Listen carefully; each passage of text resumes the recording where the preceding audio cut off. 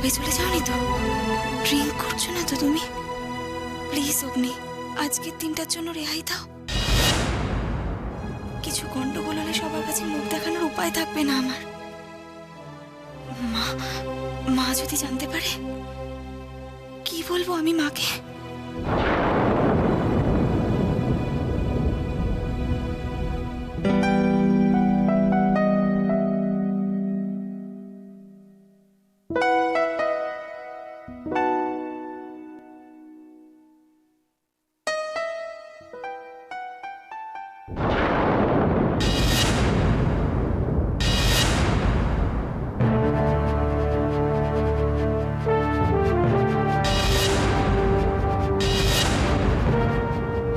কি হলো আয়ুষী? ওভাবে দেখার কিছু নেই। ড্রিঙ্ক করিনি আমি। যতটা হার্ট তুমি আজ আমায় করেছো, আমি ড্রিঙ্ক করতেই পারতাম, কিন্তু কেন করিনি জানো?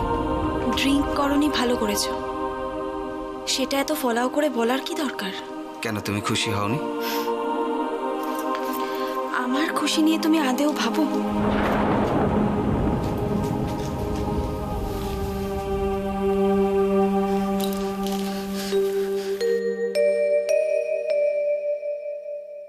আমি শুধু তোমার কথাই ভাবি।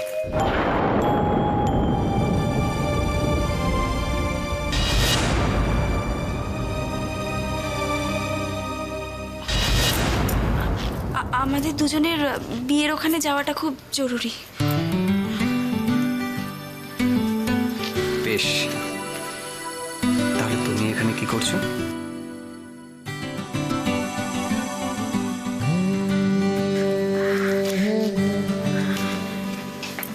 আমার জন্য অপেক্ষা করছো? আমার কথা ভাবছো তো? আমিও তোমার জন্য এখানে এসেছি আয়ুষী, শুধু তোমার জন্য। বলছি যে আমাদের ওখানে যাওয়াটা খুব দরকার, নাহলে বাজে দেখাবে।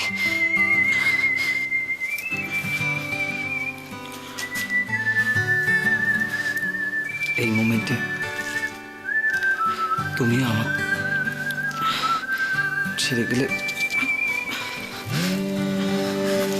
আমার খুব কষ্ট।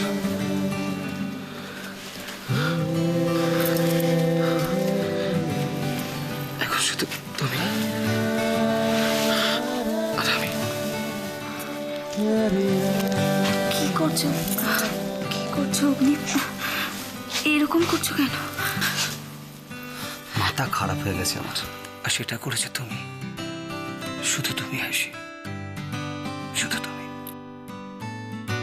আরে দাদা ভাই শোন না,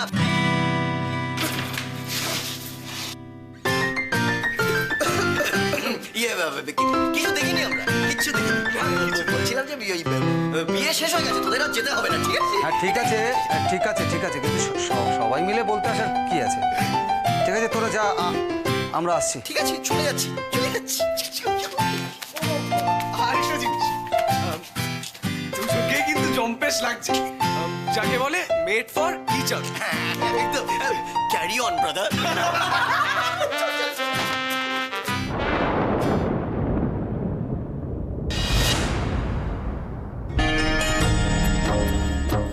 যা করছিলি করে নে, মন যা চায় সব কিছু করতি ভাই।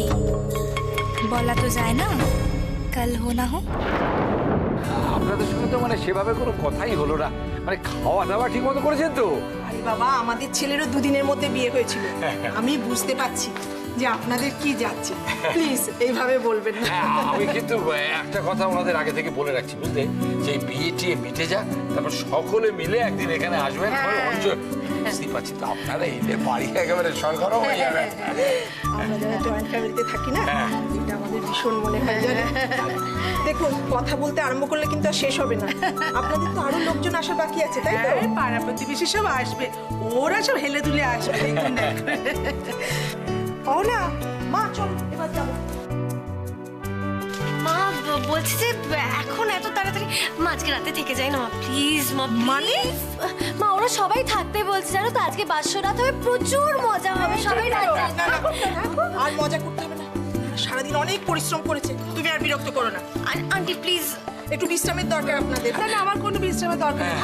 আন্টি প্লিজ মজা খুব বিরক্ত করবে কিন্তু। ওরে বাবা, আমার বিরক্ত হওয়া অভ্যেস আছে। এতগুলো বছর আমি কম বিরক্ত হইনি, ওতে আমার কিচ্ছু যায় আসে না, একটু অসুবিধা হয় না। থাকুক গো। আমি একটু আসছি, একটু আসছি।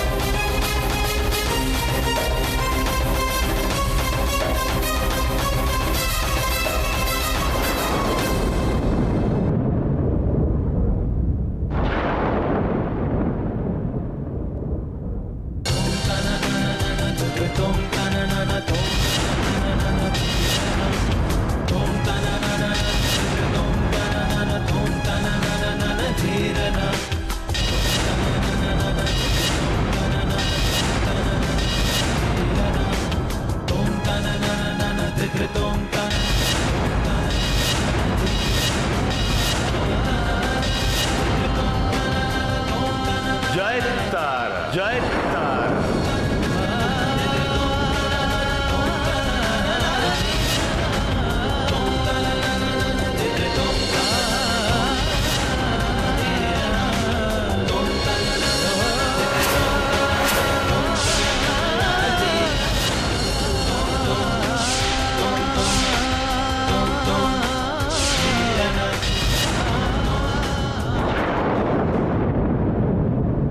কিরে সানাইটা বন্ধ করলি কে রে? জয় তারা।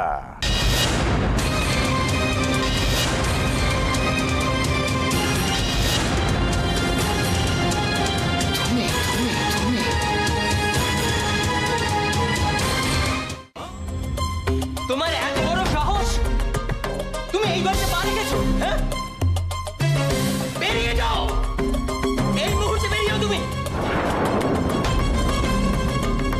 এসব কি বড় মামা? কাকে কি বলছো তুমি? কাকে কি বলছি? তুই একে চিনিস? তুই তো কালকে জন্মেছিস, তুই একে চিনিস?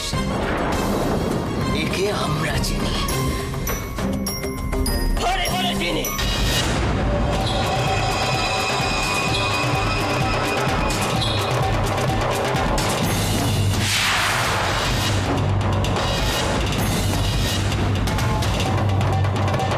কথা কানে যাচ্ছে না?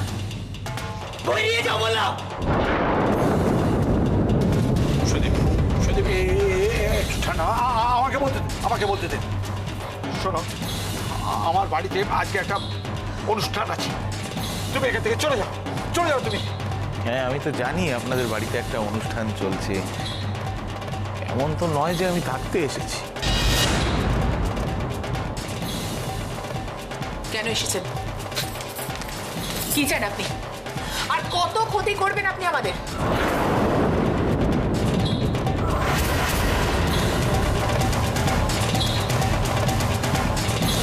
এবার আপনারা সবাই আমাকে ভুল বুঝছেন। আমি এসেছি একটা বিশেষ কারণে, আমি এক্ষুনি চলে যাব।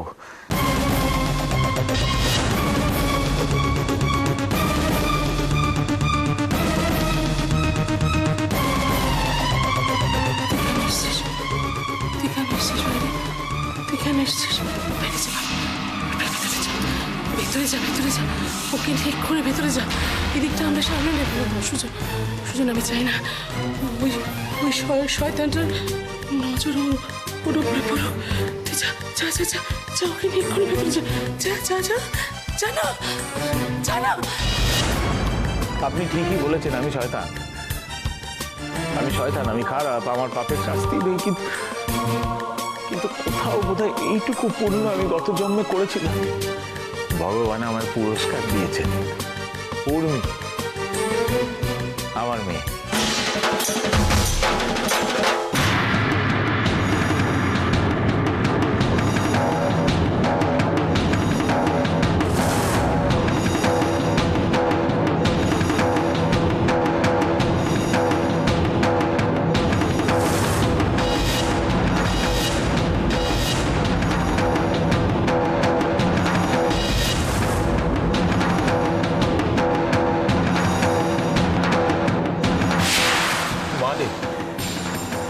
সেই একরত্তি ছিলি যখন হাসপাতাল থেকে তোকে এইভাবে বাড়িতে নিয়ে এসেছিলাম বুকে করে।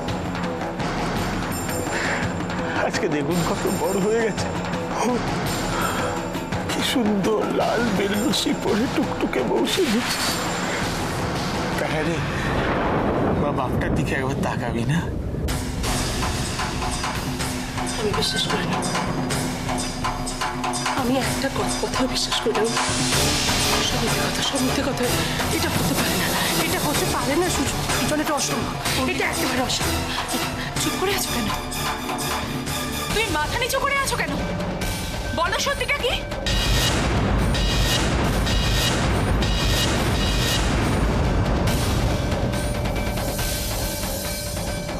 উর্মি, তুমি চুপ করে আছো কেন? তোমার কিসের ভয়? তোমার তো ভয়ের কোনো কারণ নেই। তুমি বলো না এই লোকটা যা বলছে তা মিথ্যে। বল না উর্মি, বল না লক্ষ্মী মা আমার, বল না, বল না।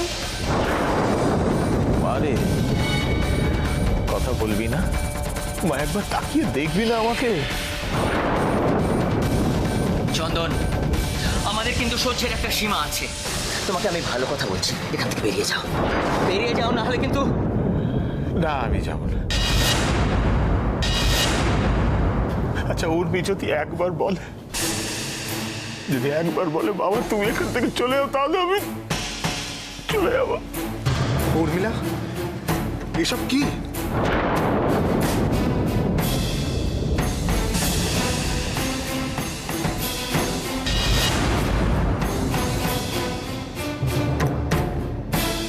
ও এভাবে কাঁদছে কেন? তার মানে ও সত্যি চন্দনের?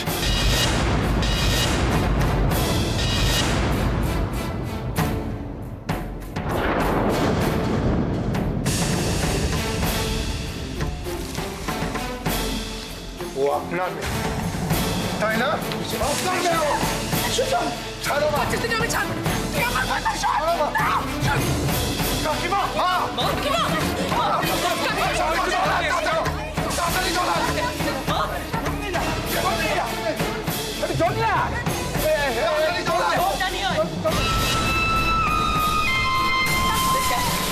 এদিকে আয়। এই লোকটার আসল রূপ দেখছে নাকি? আমি তখন জানতাম এই লোকটার পা যখন এই বাড়িতে পড়েছে আবার একটা সর্বনাশ হতে চলেছে। তা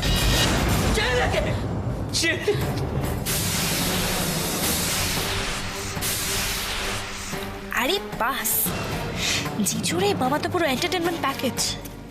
যেখানেই এন্ট্রি নিচ্ছে সেখানেই ড্রামা। বেরো এখান থেকে, বেরো।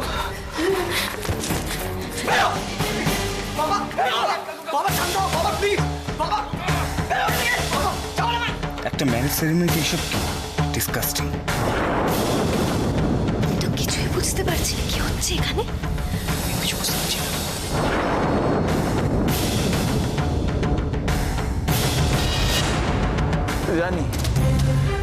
জানি এই সমস্ত কিছুর জন্য আমাকেই আপনারা দোষ দেন,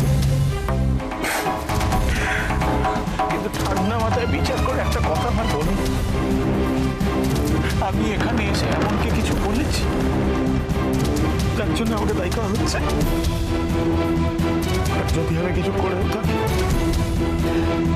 তো আমার ভুলের শাস্তি আমার মেয়েটাকে দিয়ে আসছো।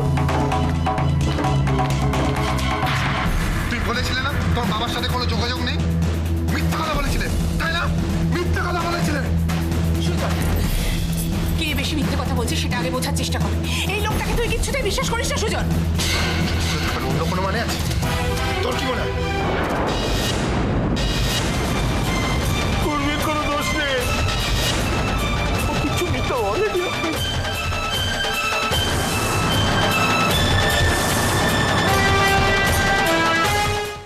আরে বাবা,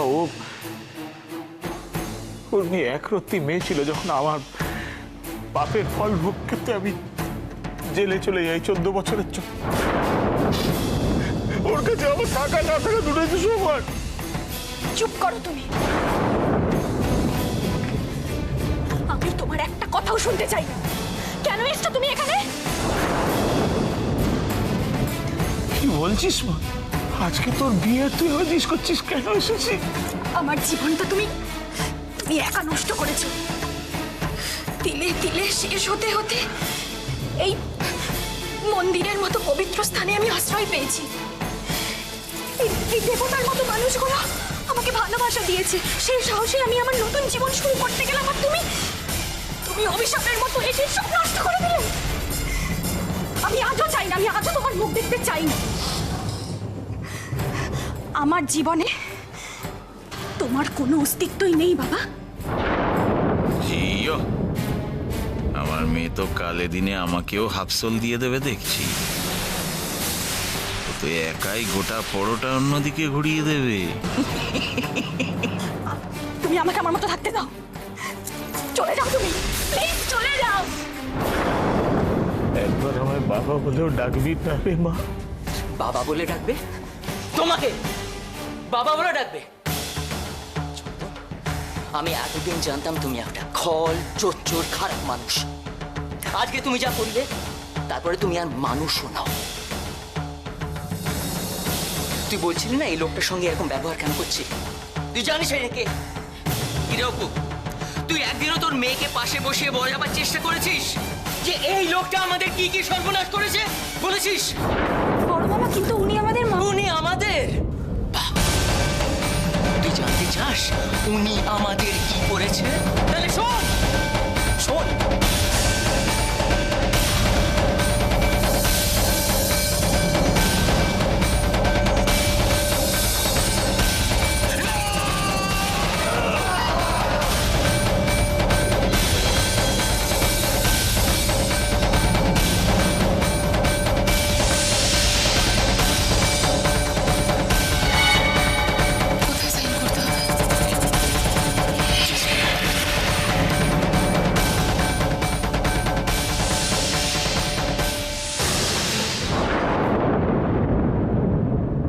এ তো যা করেছে করেছে, আজ জানলাম নিজের মেয়েটাকেও ছাড়েনি।